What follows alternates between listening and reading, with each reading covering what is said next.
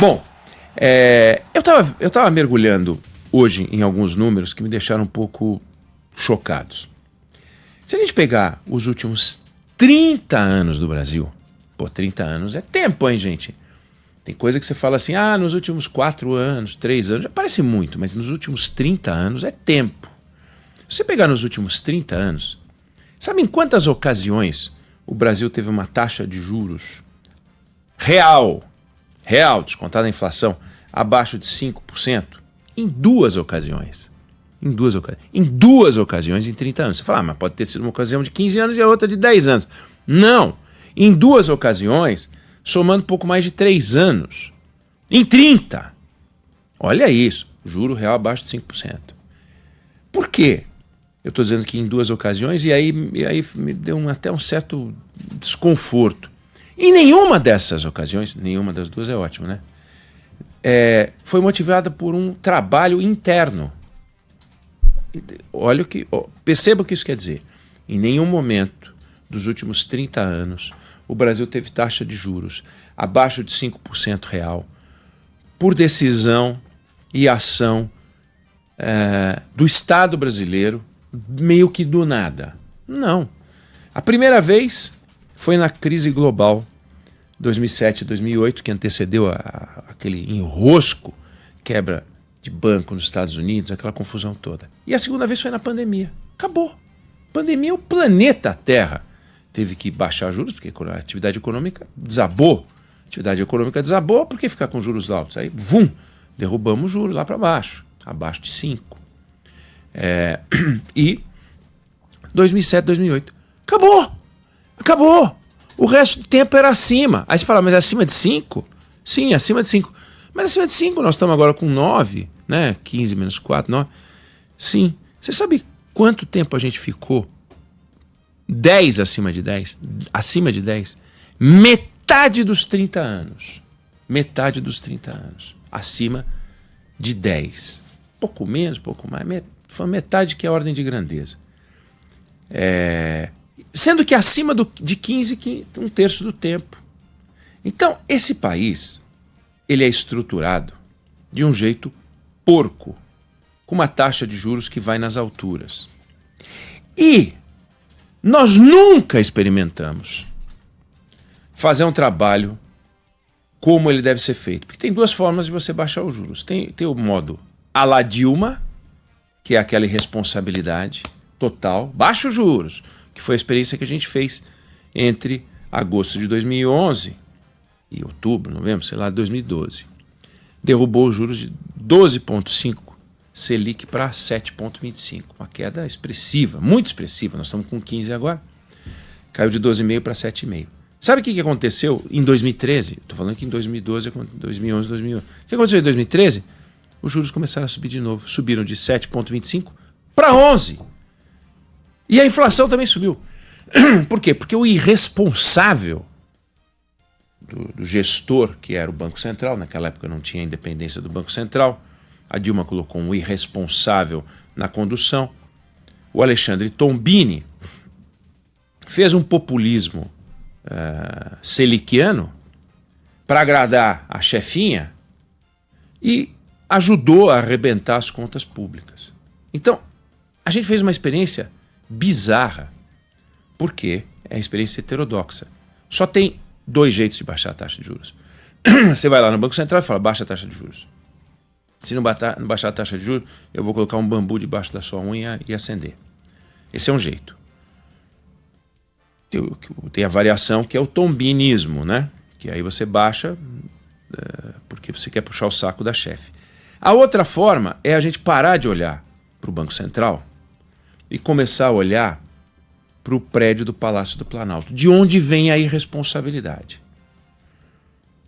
Nós tivemos 275 reuniões do Copom em 30 anos. Eu acabei de dizer que em apenas 2 ocasiões a gente teve taxa de juros real abaixo de 5. A irresponsabilidade do Banco do Palácio do Planalto é total. É total. E o atual momento mostra que a irresponsabilidade é total ao quadrado, ou ao cubo, pouco importa.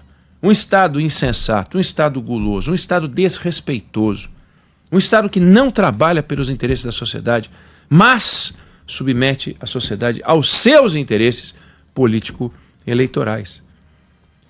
Pega a gestão do orçamento e vê lá como é que eles estão fazendo. Eles estão fazendo um negócio que é uma estrepulia orçamentária, uma contabilidade criativa, travestida de responsabilidade fiscal, mas que de responsável não tem nada. Nada. Conseguiram destruir o glossário, as palavras da língua portuguesa. Tem uma palavra chamada déficit e tem uma palavra chamada superávit, que são opostas.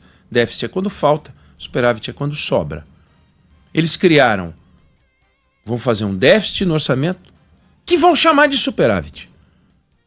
Como é que pode, ou como pode ser mais criativo um governo que transforma déficit em superávit? Falando para você que produziu um superávit, que vai produzir um superávit em 2026 e não vai produzir um déficit.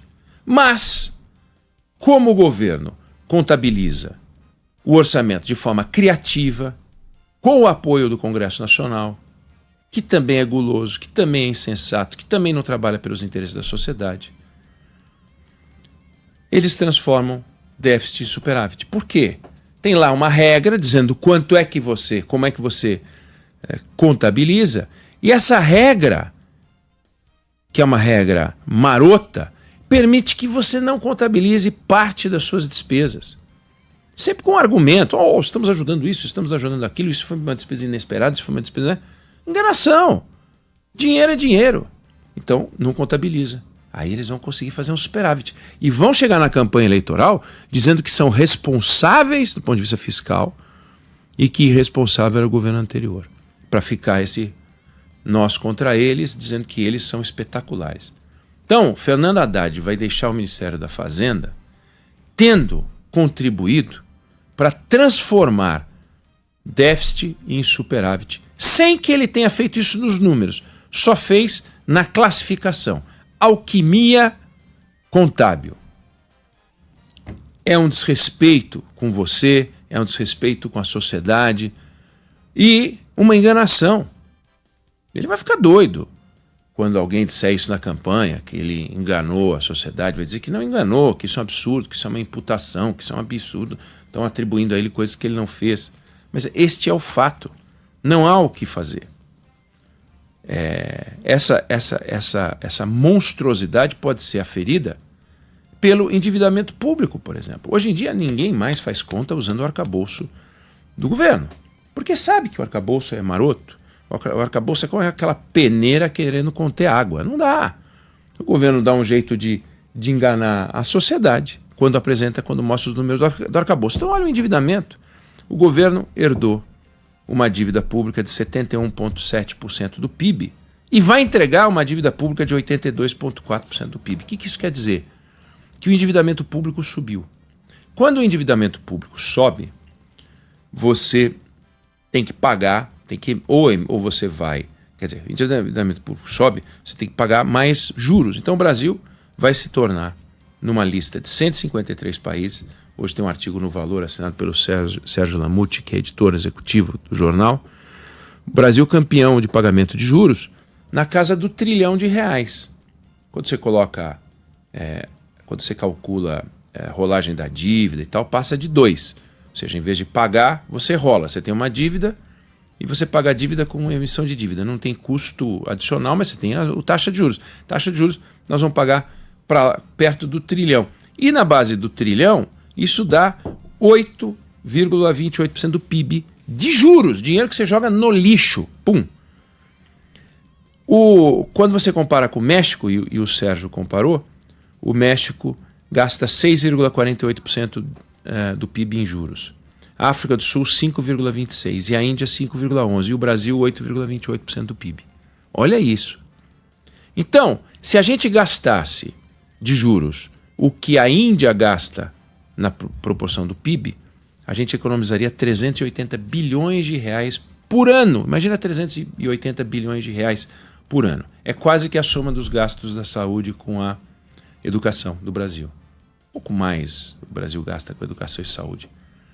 Mas saúde 260 bi, educação 170, 180. Olha que absurdo. A gente queima esse dinheiro. Por quê? Porque o governo é irresponsável. Porque o governo gasta mais do que arrecada. Você só se endivida quando você gasta mais do que você arrecada. E o governo gasta mais do que arrecada. Por quê? Porque quer fazer um monte de programa que não deve. Porque não quer enfrentar as verdadeiras questões e desafios difíceis da administração pública, como, por exemplo, a gestão da Previdência, que custa R$1 trilhão. Como é que faz isso? Como é que você dá ganho real de salário mínimo na Previdência para os inativos? Quem é que quer encarar essa discussão para perder as eleições? Quando o presidente Temer se elegeu, assumiu com a impeachment da Dilma, a queda da Dilma, por irresponsabilidade, porque pedalou, porque foi pega fazendo estripulia com dinheiro público, não de roubalheira, mas de estripulia com dinheiro público, assumiu o vice. E uma das coisas que ele fez foi usar a impopularidade que ele tinha, que era absurda, para fazer transformações. E ele fez. Agora, quem é que quer usar a popularidade, como a que o Lula tem, que já foi muito maior, já foi 80%, hoje é 40 e poucos por cento, ou seja, ele está batendo num limite ali para tentar buscar a reeleição. Você acha que ele vai fazer aquilo que precisa ser feito? Por exemplo, privatizar, por exemplo, intensificar as concessões, reduzir o custo do Estado, fazer a reforma administrativa, fazer a reforma da Previdência.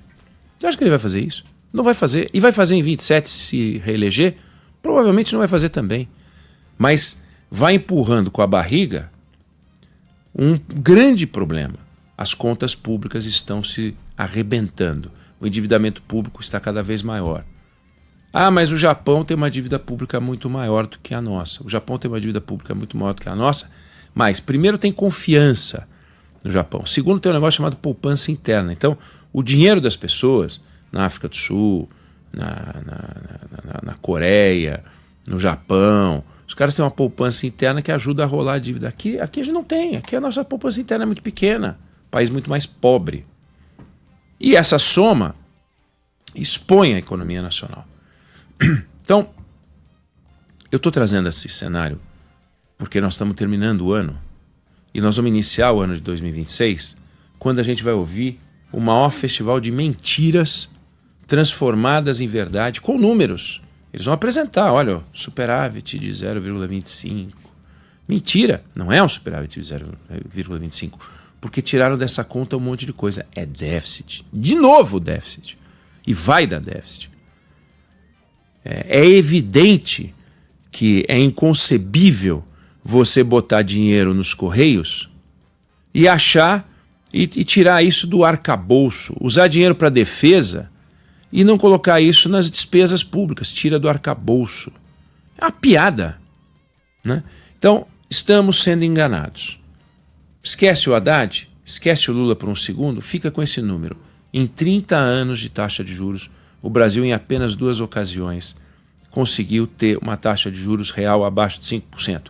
As duas provocadas por crise internacional. Nenhuma provocada por um senso de responsabilidade dos governantes. Eu não sei se você concorda ou discorda, mas essa é a opinião que eu tenho sobre o assunto.